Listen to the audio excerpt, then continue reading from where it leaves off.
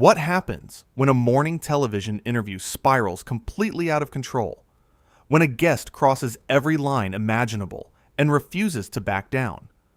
It only took one comment about respect to turn a simple promotional appearance into the most shocking television moment of the year. Good Morning America's studio felt different that morning. The energy was tense. George Stephanopoulos sat across from Prince Harry, ready to discuss the latest royal activities and upcoming charitable initiatives. The cameras rolled. The lights were bright. Everything seemed normal at first. George started with a simple question. Thank you for joining us this morning. I wanted to begin by asking about your recent work with veteran organizations. Can you tell our viewers what inspired this particular project? Harry shifted in his seat. His jaw was tight. Well, George, I think what inspired it is something you wouldn't understand. Not everyone has lived the life I've lived. George kept his professional composure. His smile remained warm. Of course, I'm just hoping you can share that perspective with our audience this morning. Your audience, Harry said, leaning back. Right. The American audience. The people who think they know everything about my family because they read tabloids. The tension in the studio grew thicker. Crew members exchanged glances. George maintained his calm demeanor. Actually, that's exactly why we wanted to have you here. To share your authentic voice and your truth. So please, tell us about the Veterans Program. Harry waved his hand dismissively. I'll get to it when I'm ready, George. You know, the problem with American media is that you're all so obsessed with sound bites and quick answers. You don't actually care about the depth of anything. George's expression remained neutral, but his eyes showed a flicker of concern. I assure you, we have plenty of time for you to explain your work in depth. Our viewers are genuinely interested. Are they, though? Harry interrupted. Or are they just interested in gossip, in drama? That's what your show thrives on, isn't it? Manufacturing controversy? The host took a measured breath. With respect, this show has been delivering news and meaningful conversations for decades. We invited you here to discuss your charitable work, which I think is genuinely important. Harry laughed, but it wasn't friendly.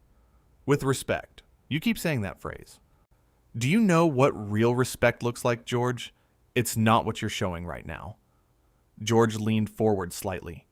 His voice remained steady and professional. I'm not sure I understand what you mean. I've been nothing but courteous since you arrived. Courteous? Harry repeated mockingly. That's a nice word for it. You sit there with your prepared questions, your scripted responses, thinking you're having a real conversation. But you're not. You're just another puppet reading from a teleprompter. The studio fell completely silent. Producers in the control room froze. This was unprecedented. George's co-hosts looked stunned, but George himself remained composed. I can understand if you're feeling defensive about certain topics, George said carefully. But I think you might be projecting frustrations that don't really have anything to do with this interview. Harry's face reddened. Projecting? Now you're psychoanalyzing me? That's rich coming from someone who spent years as a political spin doctor before playing journalist on television. George's professionalism never wavered. My background is public knowledge, and I'm proud of my career, but we're here to talk about you and your work. So I'm going to ask again, can you tell us about the Veterans Initiative? Stop trying to control this conversation, Harry snapped. That's what people like you do. You control the narrative. You decide what gets discussed and what doesn't. You think you have power because you sit in that chair. George remained remarkably calm. I'm simply trying to keep us on topic. You agreed to come here to discuss your charitable work. That's what our viewers tuned in to hear about. Harry stood up slightly, though he didn't leave his seat yet. Your viewers, your show, your rules. Everything is about what you want, isn't it, George? Has anyone ever told you how condescending you sound? The host's voice stayed level. I'm sorry you feel that way, but I have to point out that you're the guest here, and these comments are becoming inappropriate. Inappropriate? Harry's voice rose. You want to talk about inappropriate? Let's talk about how you ambush people with questions they weren't prepared for. Let's talk about how you twist words to create headlines. George shook his head slowly. That's not what's happening here. Every topic we planned to discuss was approved by your team in advance. And you knew exactly what this interview would cover. My team, Harry said with disdain. Always someone else's fault, right? Maybe your researchers didn't do their homework. Maybe you don't actually know how to conduct an interview with someone of my stature. The phrase hung in the air. Someone of my stature. Even the camera operators looked uncomfortable. George's expression finally showed a hint of disbelief. I've interviewed presidents, world leaders, and countless public figures, George said quietly. I treat every guest with the same respect and professionalism, including you. Harry leaned forward aggressively. Don't compare me to your other guests.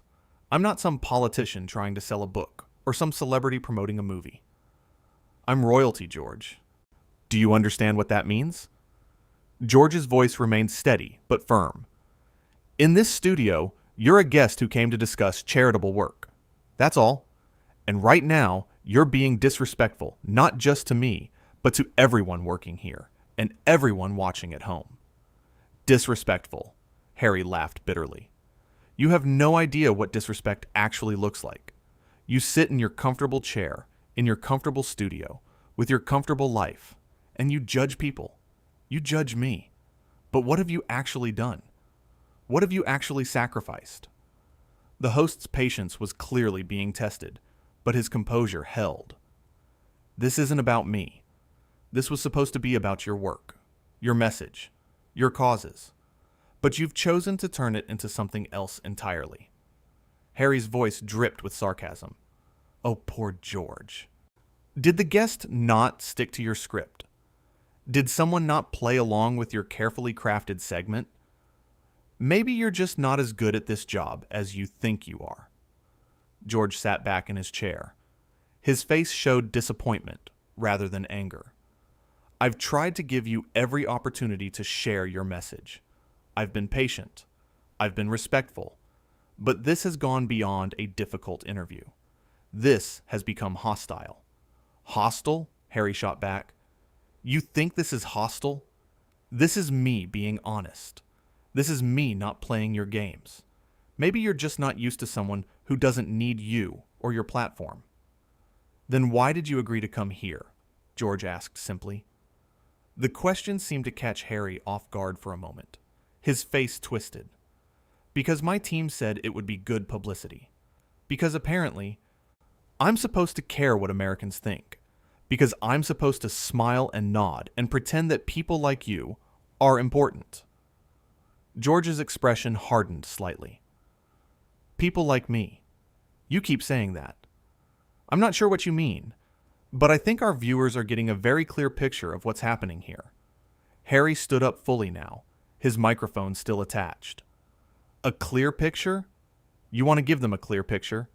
Here's the picture. Your show doesn't matter. You don't matter.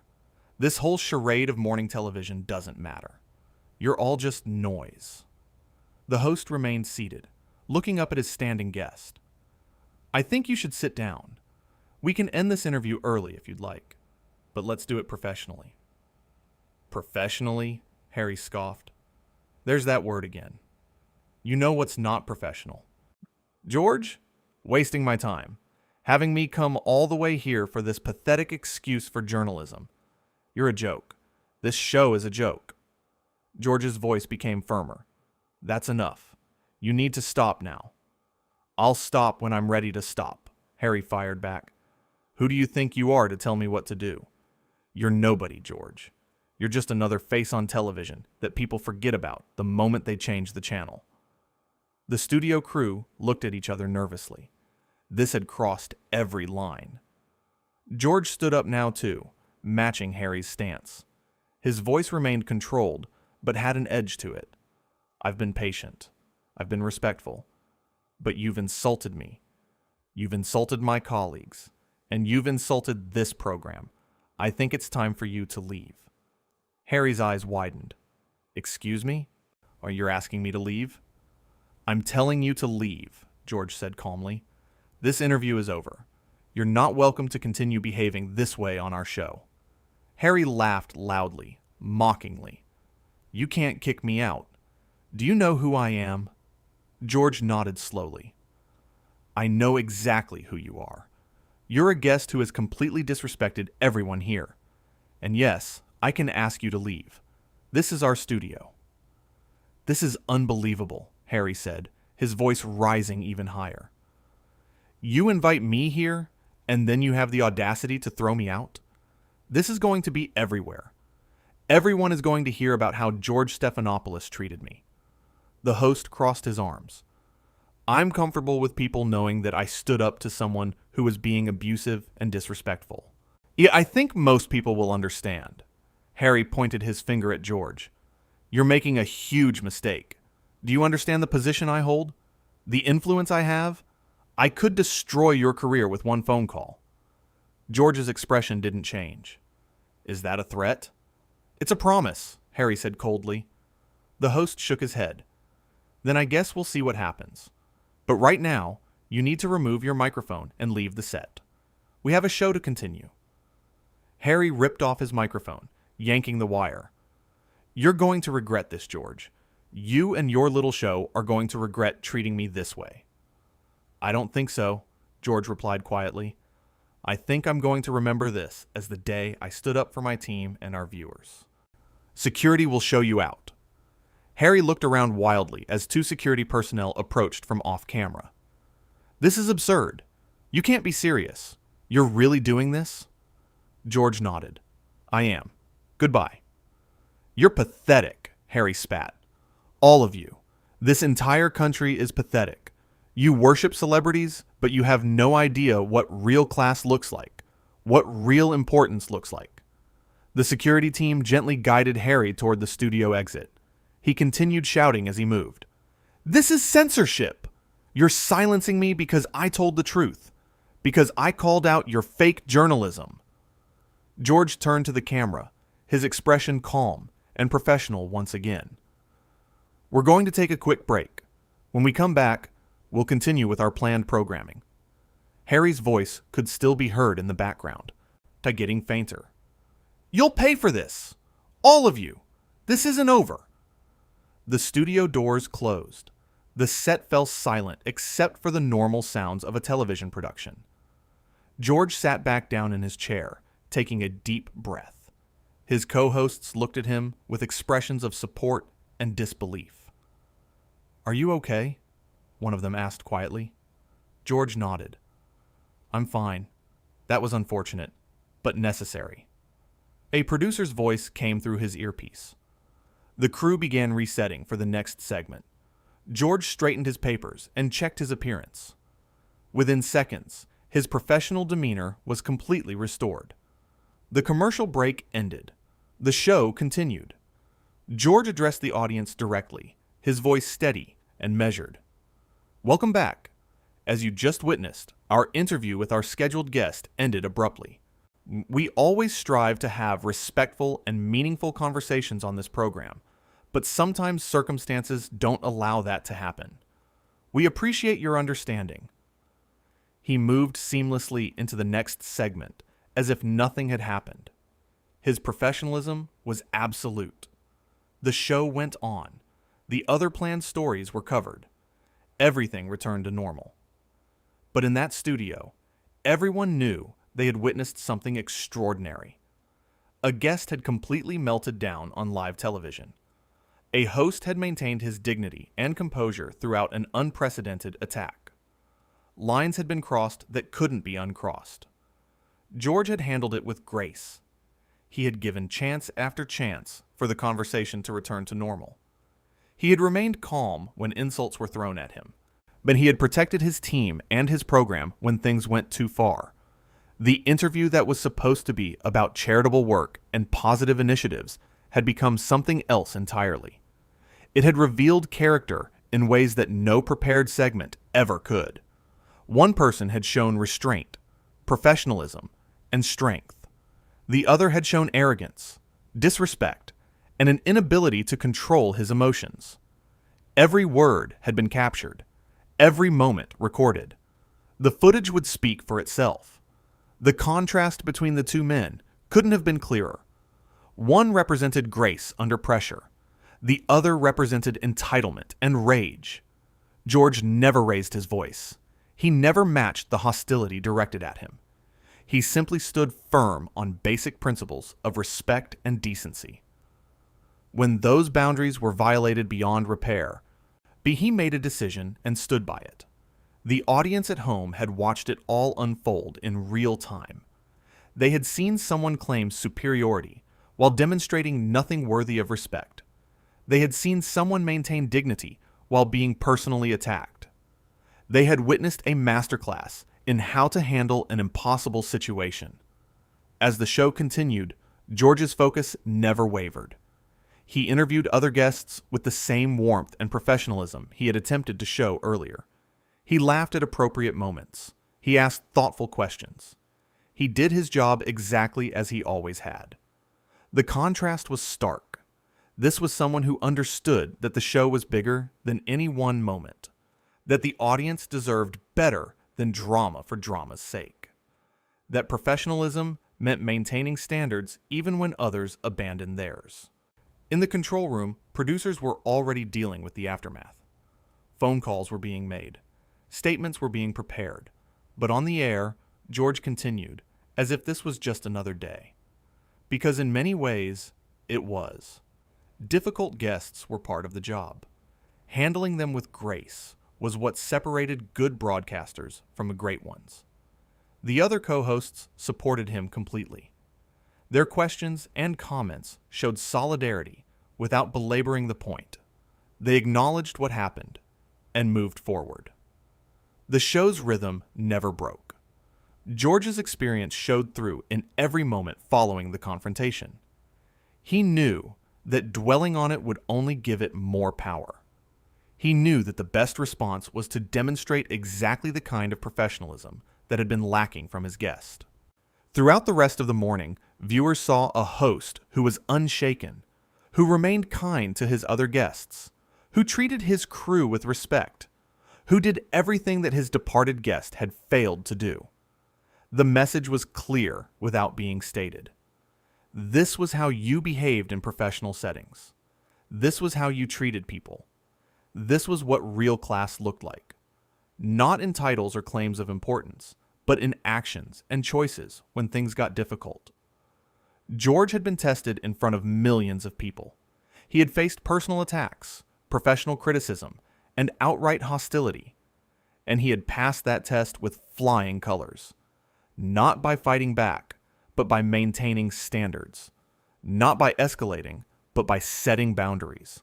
Not by seeking drama, but by pursuing dignity. The show ended at its normal time. George signed off with his usual warmth. He thanked the viewers. He promoted the next day's segments. He smiled genuinely. And then the cameras stopped rolling. Behind the scenes, the team gathered. There were hugs. There were reassurances. There was recognition that something significant had happened. But there was also pride. Pride in how it had been handled. Pride in standing up for what was right. Pride in not backing down when challenged. George spoke to his team quietly. He thanked them for their support. He acknowledged how difficult the situation had been. He made it clear that he stood behind every decision he had made, and he prepared to move forward. Because that's what professionals do. They face the difficult moments. They make the hard choices. They maintain their standards. And then they continue doing their jobs with the same commitment and excellence they always have. The interview that never finished had revealed everything anyone needed to know. One person had claimed importance while acting unimportant. One person had held actual power while wielding it responsibly. One person had demanded respect while showing none. One person had earned respect by giving it freely. The cameras had captured it all. The microphones had recorded every word. The truth was preserved in video form, undeniable and complete. There would be no debate about what happened or who was at fault. The evidence was absolute. George had faced a nightmare scenario for any broadcaster. A guest who wouldn't cooperate, who became hostile, who made the entire situation uncomfortable. And he had navigated it with a steady hand and clear principles. He had tried patience first, then firmness, then direct requests, and finally, when all else failed, he had made the decision to end it. Not because he wanted to create drama, but because he refused to enable behavior that was harmful to everyone involved. The studio cleared slowly. Equipment was put away. Lights were turned off. The set returned to its empty state. But the memory of what happened there would remain. A line had been drawn. A stand had been taken. A message had been sent. In living rooms and offices across the country, people had watched it unfold. They had formed their own opinions. They had seen the contrast between two different approaches to the same situation. And most of them recognized which approach deserved respect. George went about the rest of his day. He had other responsibilities, other meetings, other segments to plan. The work never stopped. One dramatic moment didn't change the fundamental job that needed to be done. His reputation had been built over decades of solid work, of fair interviews, of tough questions asked with respect, of treating every subject as important. One difficult guest couldn't undo all of that. If anything, his handling of the situation reinforced everything people already knew about him. He was someone who could be trusted to do the right thing, to maintain standards, to protect his team, to serve his audience, to stand up when necessary, to remain calm under pressure, to choose dignity over drama. The incident would be discussed. It would be analyzed. It would be replayed. But ultimately, it would be understood for what it was. A moment where someone showed their true character under stress, and that character was found to be solid. George had proven that class wasn't about titles or positions. It was about behavior, about choices, about how you treated other people, about maintaining your principles when they were tested, about knowing where the lines were and being willing to defend them. The morning had started normally. It had veered into chaos, and it had ended with a demonstration of what real professionalism looked like. Not perfect, perhaps, but honest, principled, firm when needed, and always respectful of the work and the audience. That was the story. Not of a host who kicked someone off his show because he wanted to, but of a host who made a difficult decision because he had to. Who chose standards over convenience?